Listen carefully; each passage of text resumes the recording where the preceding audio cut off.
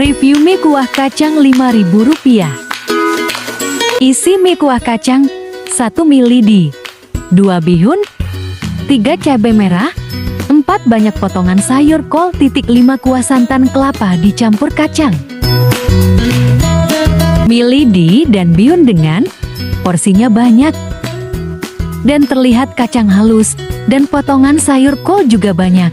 Dengan tampilan mie kuah kacangnya, aroma mie kuah kacangnya sangat menggoda selera makan.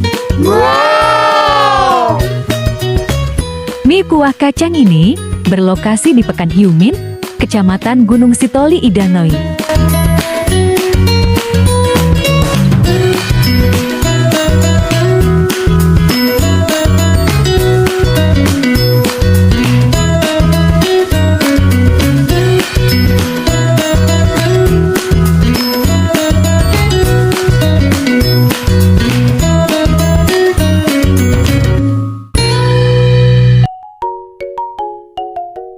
Sekarang waktunya makan, guys.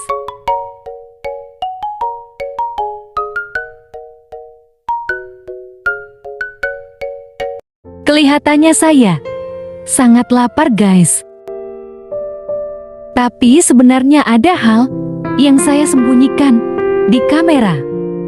Tapi biarlah itu menjadi ceritaku. Daripada sedih, lebih baik kita jogetin aja. 1, 2, 3. Mari kita goyang.